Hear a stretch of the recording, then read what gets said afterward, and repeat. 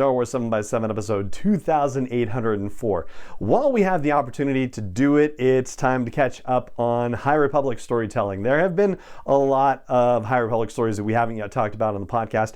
One of them actually came out in an ebook format last month and isn't going to be in actual physical form until May of this year. It is Volume 2 of the manga series, The Edge of Balance. Punch it.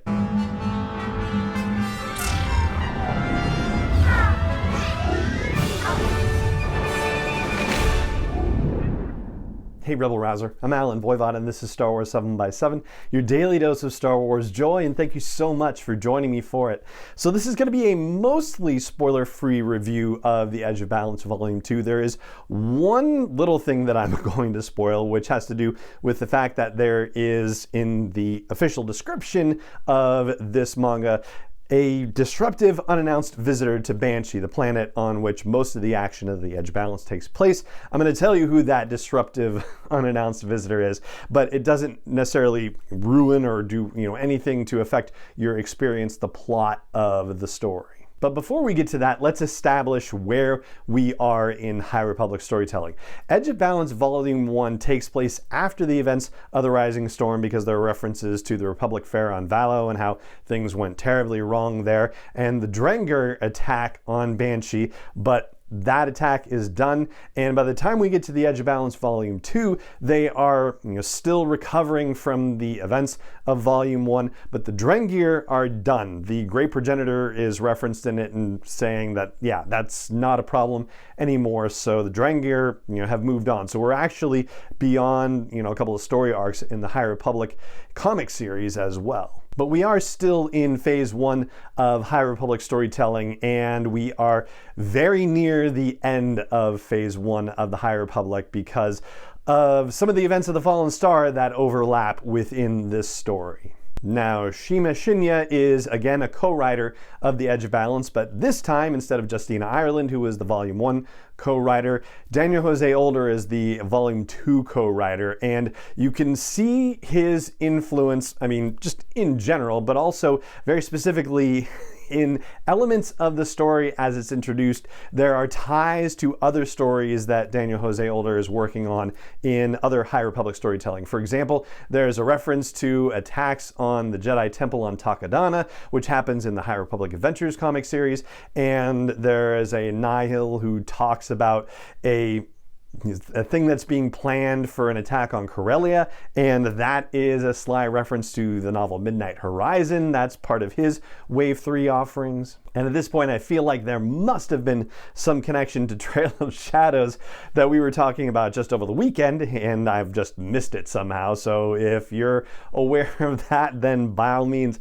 let me know in comments at YouTube or on the blog show's homepage at sw7x7.com. Blog show's homepage. I think I meant the blog post for this episode at the show's home at sw7x7.com.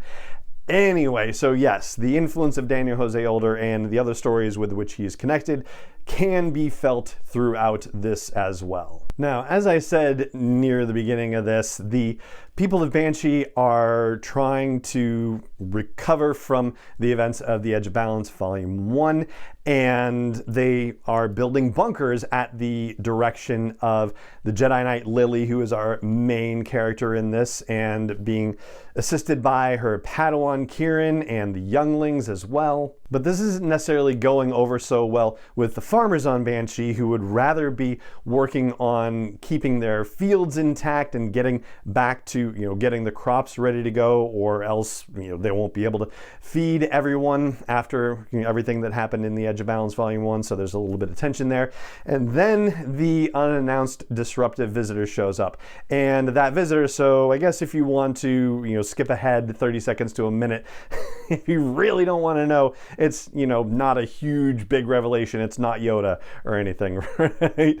But here you go. Here's your 30-second mark to do it. So the unannounced visitor is Sav Maligan, the Kyuzo Jedi who appears in the High Republic Adventures and who is guarding the temple on Takodana. So apparently there's time for Sav to get away from those events. So somehow that happens within that arc. And so our unannounced visitor has a whole different way of looking at the situation in which Lily and the farmers slash refugees on Banchii are dealing with their situation, and wants to, in fact, arm all of these farmers and train them to be soldiers. And so, yeah, this is, a little bit strange and not the way that Lily wants to think about things. So this unannounced visitor continues to, challenge the way that she approaches her ideas about defending Banchii, including her ideas about defending the temple and what it means to defend someone's or a group of people's way of life. And so naturally there's an incident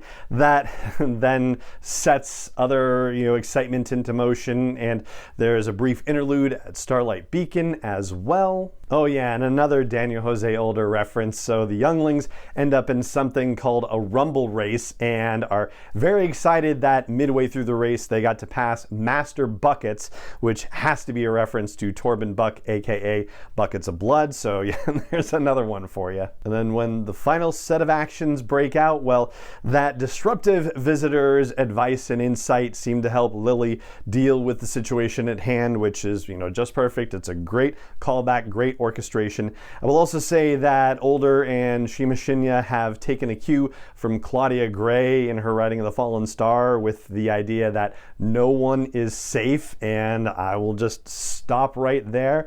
I'll also tell you though that the manga ends on a cliffhanger, and a heck of a one too. In fact, I really actually wonder, well, first of all, I'll tell you that yes, there will be a volume 3 of The Edge of Balance. There is no announced release date for it, but where things end, I think about The Fallen Star and how, where that ended, it made it clear that, there's more to come. And so with with phase 2 of the High Republic, we are jumping back in time completely. And so we're not going to necessarily revisit where we are at the end of The Fallen Star until we get to phase 3, whenever that happens, probably somewhere late 23 or early 24.